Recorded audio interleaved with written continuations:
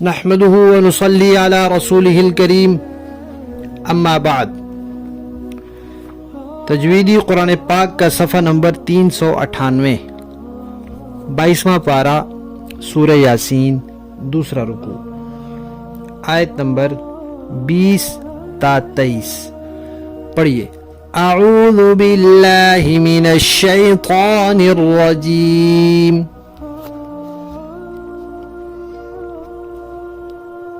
بسم اللہ الرحمن الرحیم۔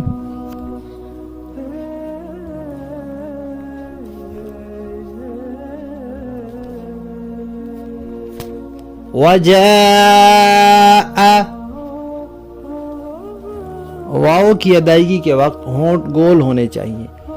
بعض لوگ واو کی ادائیگی کے وقت اوپر کے دانت نیچے کے ہونٹ سے لگا کے پڑھتے ہیں وجاء، وجاء نہیں ہے، وا نہیں ہے، وجاء من اقصى المدینة، اق نہیں کرنا، اق تھوڑی سی آواز ہلے گی، اقصى المدینة رجل يسعى قال يا قوم اتبعوا المرسلين۔ مرسلین کی یا کی ادائیگی کے وقت آواز ناک میں نہیں جانی چاہیے۔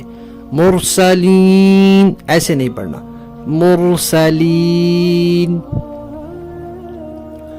اتبعوا من لا يسألكم اجرا وهم مهتدون۔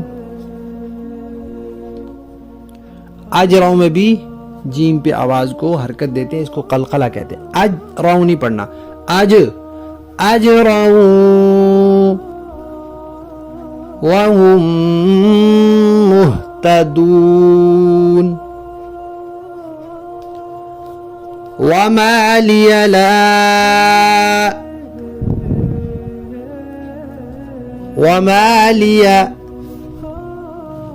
لا اعبد الذی، ذال ہے، زبان کی نوک دانتوں کے کنارے پر آئے گی، دانتوں کو ملنے نہیں دینا۔ اعبد الذی فطرنی وَإِلَيْهِ تُرْجَعُونَ۔ أَأَتَّخِذُ مِن دُونِهِ آلِهَةً إِن يُرِدْنِ الرَّحْمَنُ بِضُرٍّ لَا تُغْنِ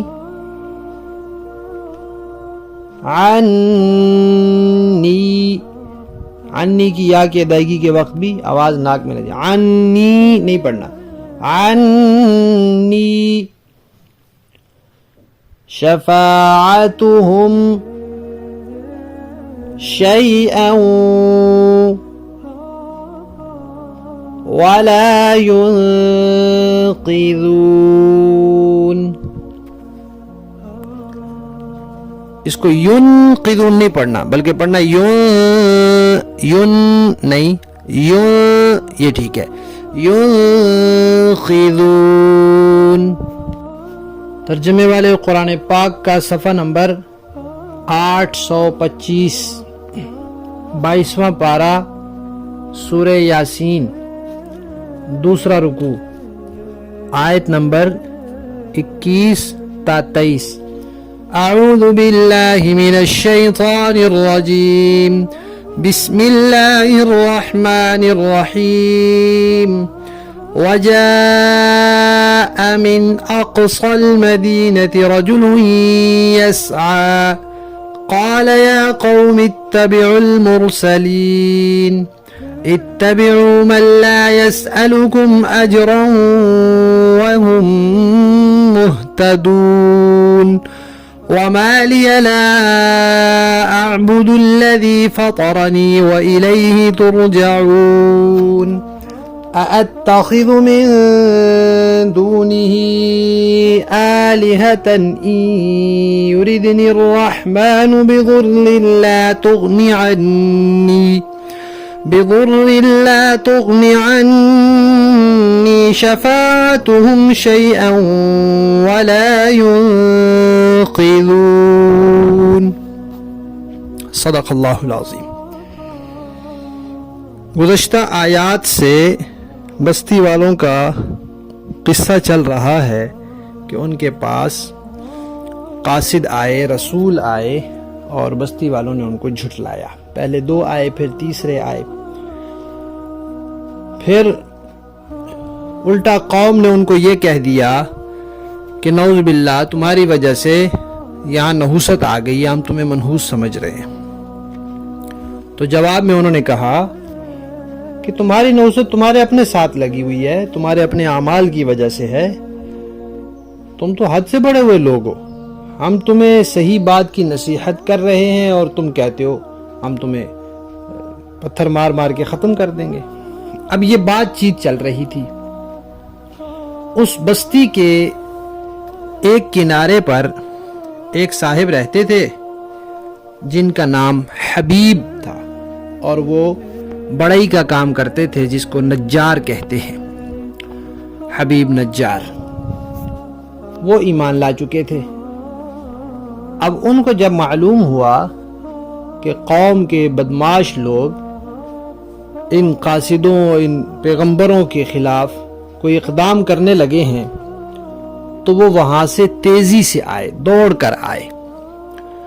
اس کا اللہ تعالیٰ نے یہاں تذکرہ کیا ہے کہ بستی کے، شہر کے پرلے کنارے سے ایک صاحب دوڑتے ہوئے آئے اور آ کر قوم کو بڑے اچھے انداز میں نصیحت کی اور اپنے ایمان کا اظہار بھی کیا اور بتایا اور دلائل بھی دیے. ان سے کہا کہ اے میری قوم، یہ جو رسول ہیں یہ تمہارے پاس بھیجے گئے ہیں، ان پر تم ایمان لے آؤ، ان کی اتباع کرو. یہ ایسے لوگ ہیں جو جس چیز کی دعوت دے رہے ہیں خود اس پر پوری طرح عمل پیرا ہے. ان کے عقیدے ٹھیک ہیں، ان کے اعمال ٹھیک ہیں، ان کے طور اطوار ٹھیک ہیں، ان کے اخلاق کتنے اچھے ہیں. اور پھر دیکھو یہ دن رات تبلیغ میں لگے ہوئے ہیں اور اس پر تم سے کوئی اجرت نہیں لے رہے، اور یہ خود صحیح راستے پر ہے. تو ان کی کوئی غرض نہیں ہے، کوئی ذاتی غرض نہیں ہے تمہیں دعوت دینے سے کہ تم ایمان لے آؤ تو اس سے ان کو کوئی سرداری مل جائے گی یا مال مل جائے گا. ایسی کوئی غرض نہیں ہے. اور پھر جس راستے کی یہ دعوت دے رہے ہیں وہ راستہ بھی بالکل سیدھا ہے. تو ایسے بے لوث قسم کے لوگ جب دعوت دے رہے ہیں تو کیوں نہیں پھر ان پر تم ایمان لاتے اور کیوں نہیں تم ان کی اتباع کرتے؟ پھر لوگوں نے اس کو کہا ہاں بھائی تو ایمان لے آیا؟ تو اس نے کہا کیوں نہیں، مجھے کیا ہے کہ میں اس ذات کی عبادت کیوں نہ کروں جس نے مجھے پیدا کیا. پہلی بات یہ بتائی کہ پیدا جب اللہ نے کیا ہے تو میں نے اللہ ہی کی عبادت کرنی ہے، اور دوسری بات یہ بتائی کہ پھر لوٹ کر دوبارہ اللہ ہی کی طرف جانا ہے. گویا توحید کی بھی بات کر دی، رسالت کی بھی بات کر دی اور قیامت کی بھی بات کر دی. اور پھر کہا کہ دیکھو ذرا، کیا میں رحمان کو چھوڑ کر، اللہ کو چھوڑ کر کسی اور کو الہ بنا لوں؟ اس کا نتیجہ کیا نکلے گا؟ اگر اللہ تعالیٰ مجھے کوئی تکلیف پہنچانا چاہیں تو یہ جن کو تم پوجتے ہو نہ تو یہ اللہ کے ہاں کوئی سفارش کر سکتے ہیں اور نہ خود ان کے اندر اتنی طاقت ہے کہ یہ اللہ سے مجھے چھڑا لیں. تو جب یہ سفارش بھی نہیں کر سکتے، یہ وہاں سے مجھے چھڑا بھی نہیں سکتے، تو میں کیوں ان کے پیچھے لگوں؟ تفسیروں میں لکھا ہے کہ اس صاحب ایمان کا گھر بستی کے کنارے پر تھا اور ایک دروازہ اس طرف تھا۔ یہ رسول جب وہاں تشریف لائے تو اسی دروازے سے آئے۔ یہ ان سے پہلے ملاقات ہو گئی، انہوں نے ان کو دعوت دی، توحید کی۔ تو انہوں نے پوچھا کہ مجھے کیا فائدہ ہوگا؟ انہوں نے بتایا کہ دنیا کا فائدہ ہوگا، آخرت کا فائدہ ہوگا۔ ان صاحب نے کہا کہ آپ کے سچے ہونے کی دلیل کیا ہے؟ ان قاصدوں نے، رسولوں نے کہا یہ صاحب بیمار تھے اور کہتے ہیں کہ 70 سال سے ایک برض میں مبتلا تھے اور اپنے ان بتوں سے شفا مانگ رہے تھے اور شفا نہیں مل رہی تھی۔ تو ان رسولوں نے اللہ کے حکم سے ان کو کہا کہ آپ ایمان لے آئیں، اللہ تعالیٰ سے دعا کریں، اللہ تعالیٰ آپ کو صحت یاب فرما دیں گے۔ انہوں نے کہا میں 70 سال سے دعا مانگ رہا ہوں، اللہ تعالیٰ مجھے ایک دن میں کیسے ٹھیک کر دیں گے؟ انہوں نے کہا اللہ تعالیٰ ہر چیز پر قادر ہے۔ تو یہ صاحب ایمان لے آئے اور اس کے بعد دعا کی تو یہ بالکل تندرست ہو گئے۔ تو اس لیے ان کا ایمان بہت پکا اور پختہ ہو گیا، یقین پختہ ہو گیا۔ تو اس وقت پھر آ کر انہوں نے قوم کو یہ باتیں کہی۔ اس کے بعد پھر قوم نے ان کے ساتھ کیا سلوک کیا، یہ انشاءاللہ اگلے سبق میں آئے گا۔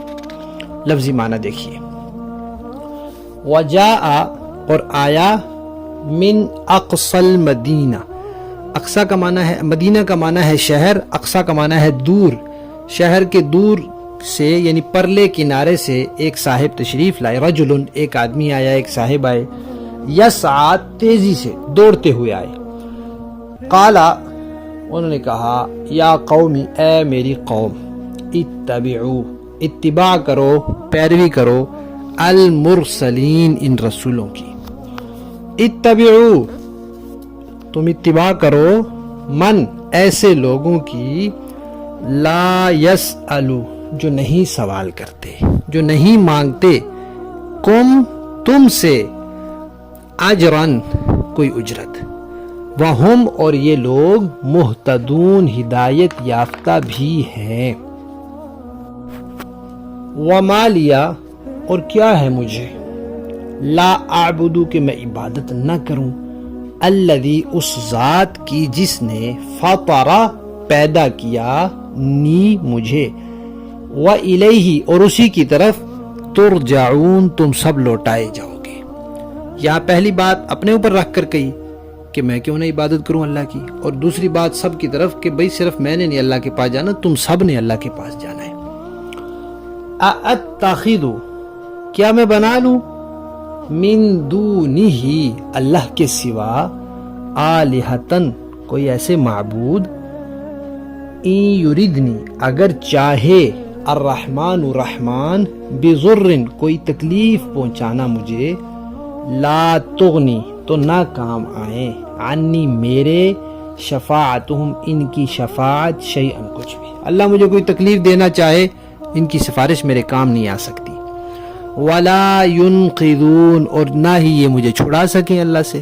تو ایسوں کو معبود بنانے کا کیا فائدہ جو مشکل وقت میں تمہارے کام ہی نہ آئے۔